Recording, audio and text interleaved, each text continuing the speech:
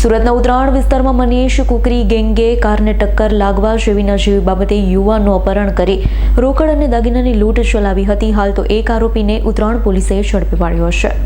સુરતના ઉત્તરાયણ વિસ્તારમાં ફરી કુખ્યાત મનીષ ફુકરી ગેંગનો આતંક સામે આવ્યો છે, જેમાં કારે ટક્કર મારતા યુવકનું અપહરણ કરી રોકડા અને દાગીનાની લૂંટ ચલાવી હતી. કુકરી ગેંગના કિરીટ માવાણી આતંક મચાવ્યો હતો તો ભોગ બનનાર યુવક છૂટ્યા બાદ પોલીસને જાણ કરાતા પોલીસ આવતા પોલીસની ગાડીને ટક્કર મારી કિરીટ ભાગી છૂટ્યો. કિરીટ માવાણી વિરુદ્ધ સુરત અને અમદાવાદમાં 18 ગુના દાખલ હોવાનું પણ કહેવાય છે. હાલ તો માથાભારે કિરીટ માવાણીની ઉત્તરાયણ પોલીસે ધરપકડ કરી અન્યોની શોધખોળ હાથ ધરી છે. જી સાહેબ, કઈ વેપારીનું અપહરણ કરવામાં આવ્યું હતું, ત્યારબાદ રૂપિયા પરામાં કોણ છે અપહરણકર્તા અને કેટલા અપહરણકર્તાની ધરપકડ થઈ છે?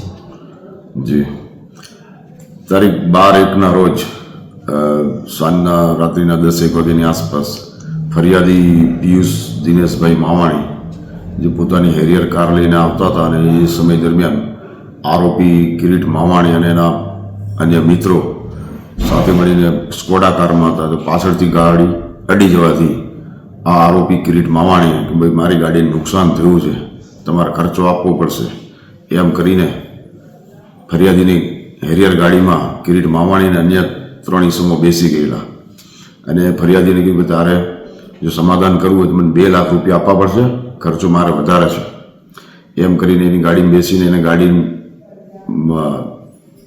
આખા સિટીમાં ફરતા રહ્યા, કાપોદ્રાથી લઈ સરથાણા ઉત્તરાયણ વિસ્તારમાં. અને પછી ફરિયાદીએ એના મિત્રને ફોન કરીને કીધું કે મારે ગાડી અડી ગઈ છે, મારે આનું સમાધાન કરવાનું છે, મને પૈસાની સગવડ જોઈએ એમ કરીને પ્રથમ 50,000 રૂપિયા લઈને આપ્યા. અને જે મિત્ર 50,000 રૂપિયા લઈને આવ્યો હતો એને પણ આ આરોપીએ હેરિયર ગાડીમાં બેસાડી લીધો, એમની સાથે મારઝૂડ કરી હતી અને કે બીજા પાછા રૂપિયા દેવા પડશે એવી ધાક ધમકી આપી. બીજા 19,000 રૂપિયા ફરીથી મેળવ્યા લોકોએ. અને એ સમય દરમિયાન આ આરોપી ફરિયાદીની હેરિયર ગાડીમાં ફરિયાદી અને પેલા સાહેબને લઈને ઉત્તરાયણ વિસ્તારમાં અને કાપોદ્રા વિસ્તારમાં તેમજ સરથાણા વિસ્તારમાં ફરતા રહ્યા. અને પછી પૈસા મળી ગયા બાદ એ લોકોએ આ હેરિયર ગાડીમાંથી ઉતરી ગયા અને કીધું કે જાઓ હવે તમારે જે કરવું એ કરજો અને એમ કરીને જતા રહ્યા. અને આ બાબતે ફરિયાદી પ્રથમ સરથાણા પોલીસ જઈને મળ્યા હતા અને ત્યાંથી એવું જણાવ્યું કે ભાઈ આ બનાવ જે છે ઉત્તરાયણ પોલીસ સ્ટેશનમાં છે.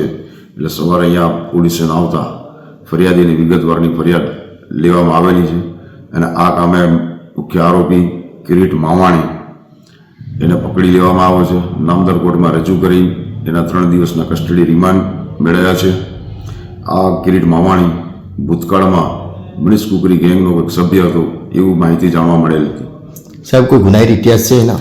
જી, આ કિરીટ માવાણી ઉપર 18થી વધુ જેટલા ગુના દાખલ થયેલા છે.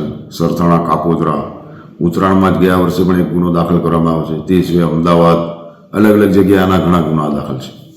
Bureau report S9 news Surat. અમારી તમામ માહિતીથી અપડેટ રહેવા માટે જોડાયેલા રહો S9 ન્યૂઝ સાથે.